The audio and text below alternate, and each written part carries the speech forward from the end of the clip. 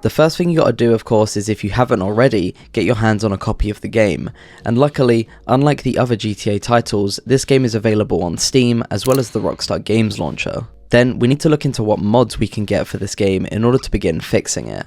There are a bunch that I would recommend, but in order to remove the hassle of installing them all one by one, I'm going to instead recommend that you look at a Modpack. The improved classic Modpack by Commandline is one that's been featured heavily on this channel before with other GTA games, and there's a good reason for it because this Modpack collects all of the mods that I would recommend in a quick drag and drop install solution. This Modpack includes mods that aim to fix the broken PC port, as well as bring back visuals and effects from the console versions as well. Things like the songs that were removed due to licensing are also added back with this Modpack. The only difference from my previous videos on the GTA games is that there are a few extra steps and mods that I would recommend to put on top of this Modpack in order to enhance the experience further. You see, what this mod does for us is downgrade the game, which is important to restore the missing songs. It also has a few crucial mods such as Fusion Fix.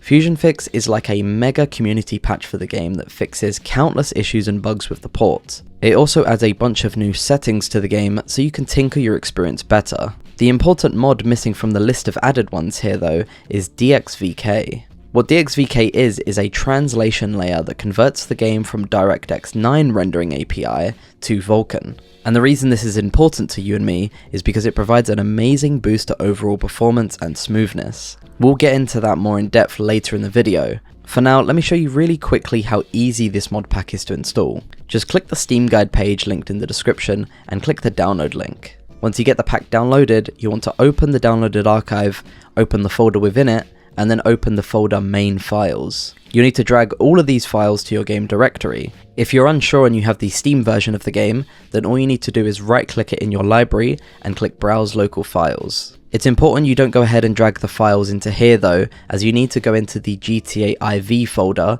and this is where you want to drag the files. Once you've done that, you'll want to open the PC folder and tweak the steam.ini file. I'm going to be using the Notepad++ text editor throughout this video, but you can use the default Notepad one and follow along. All we want to do in this file is change all of the values from 204800 to 409600. This is so the game can utilize 4GB of RAM. This is the max that the program can use, as GTA 4 is a 32-bit application. Remember to save this file as well. Now with the install out of the way, it's time to get downloading the mod that is going to fix most if not all the performance issues, and that's the mentioned DXVK. So instead of going through the long tedious installation process of this mod, I'm instead going to recommend you go to this Nexus mods page and get this version. This collects both the Commandline INI that we need, DXVK, and also the config file, so it's much easier to install. If you've never downloaded anything from Nexus mods before, then you might need to make an account in order to download. You'll then go to Files and click Manual Download on the first main file. Open the downloaded archive and drag everything but the file named Must Edit Commandline into the same place that we dragged the files from the mod pack. Then let's open the command line, as you need to change one line depending on your hardware. The line we're looking for is available vidmem, which should be at the top. The default value for this is 4096. What this is basically telling the game is that the available VRAM is 4GB. If you're unsure, then you can type DXDAG in the Windows Start menu, click No when asked, and then go to the Display 1 tab. This should be where your graphics card is, and the value that you're looking for is the display memory. As you can see, this value is in megabytes, and we don't really care about the extra numbers on the end, only that it's 10,000, which means I have 10GB of VRAM. Use this on-screen graphic to find out the value that you need to input. So for my 10GB card, I need to input the value 10240. So then we're going to go back to the config file and change that value to the respective amount of VRAM. And then once we've done that, you'll need to add an extra line at the end called high 4 FPS.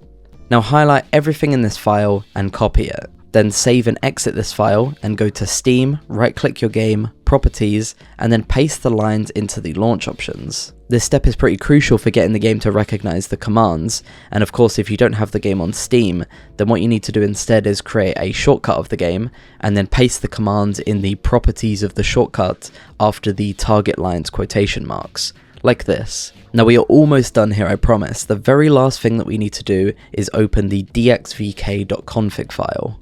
Hit Ctrl F within this file and search for D3D9.force aspect ratio. You want to input your monitor's aspect ratio inside the quotation marks.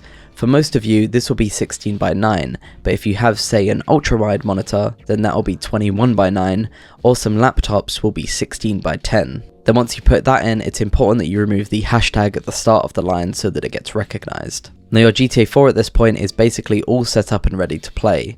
The only crucial thing that you need to look out for is make sure that you're running the game at a maximum of 60 FPS. You can play without the 60 FPS cap, but the problem is that you'll need to keep setting it back to 60 in order to complete some missions. Running at higher frame rates causes the physics to break in this game, which does come with some game-breaking issues that prevent you from completing some objectives. That's why I think it's best to just lock it at 60 and not have to think about it. If you go in game and then to settings, there is now a setting in there for you to limit the FPS. This is by far the easiest way to do this as it's right in the settings, but if not, you can always use the Nvidia or AMD control panel. I haven't tested this in this game specifically, but for most games, setting it in your graphics card control panel usually gives you better input lag and frame times if that matters to you. This is one setting within the game that Fusion Fix has added.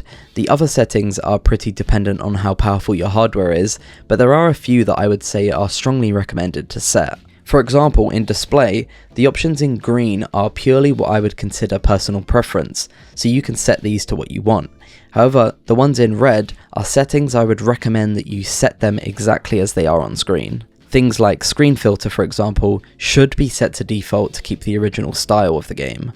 Just pause here and copy the settings in red and then set the ones in green to your liking. Here's the same for the graphics tab. Again, the FPS limiter should be set to 60 if you have not set it outside of the game. And from texture quality down to night shadows, these settings are not just personal preference, but should be changed if you experience frame rate issues. Specifically, water and shadow quality are quite intensive on your system, so I would change those first. Texture quality can be left at high for most people, as it depends more on the amount of VRAM that you have rather than the raw power of your machine. Having all of this set up and playing this game at a solid 60 FPS was such a great feeling. This game's PC port has always irritated the hell out of me, and despite getting it to this state was quite long-winded and sometimes complicated, I hope I at least made it easier to digest and understand. I think the Modpack, for example, helps a bunch, as installing all of these mods one by one would have been such a headache. Ultimately, despite myself actually enjoying tinkering with my games, sometimes you just need something quick and easy so that you can think less about the technical details and get to playing the game. And with stuff like the improved Classic Modpack, the process becomes a whole lot more streamlined. Now of course there are a ton of mods for this game, such as HD texture packs, vehicle packs, and graphic mods, but you can't really add many of them before the limitations of the 32-bit application start to cause issues. And also, this series is less about remastering these older games, but rather creating a definitive playing experience on PC that stays as close to the original as we can get it. It was super fun revisiting this classic and seeing how far the fixes and mods have come since I last played the game. Covering this game was obviously a little bit different from the others in the series, as we only got to focus on the PC port of the game. But cherry picking what mods and settings would be the ultimate first playthrough for newcomers, or a great replay experience for returning players, was a lot of fun.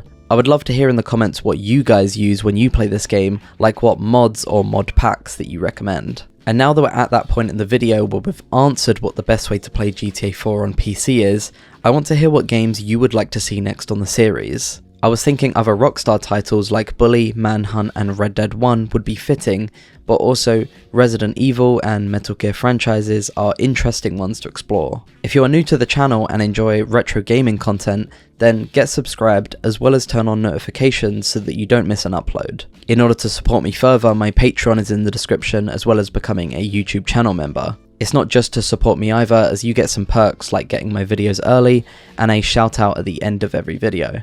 If you want to check out the best way to play the other GTA games, then click the best way to play playlist on the left, or check out the right video where we go over some incredible graphic mods that remaster some old favourites. See you over there.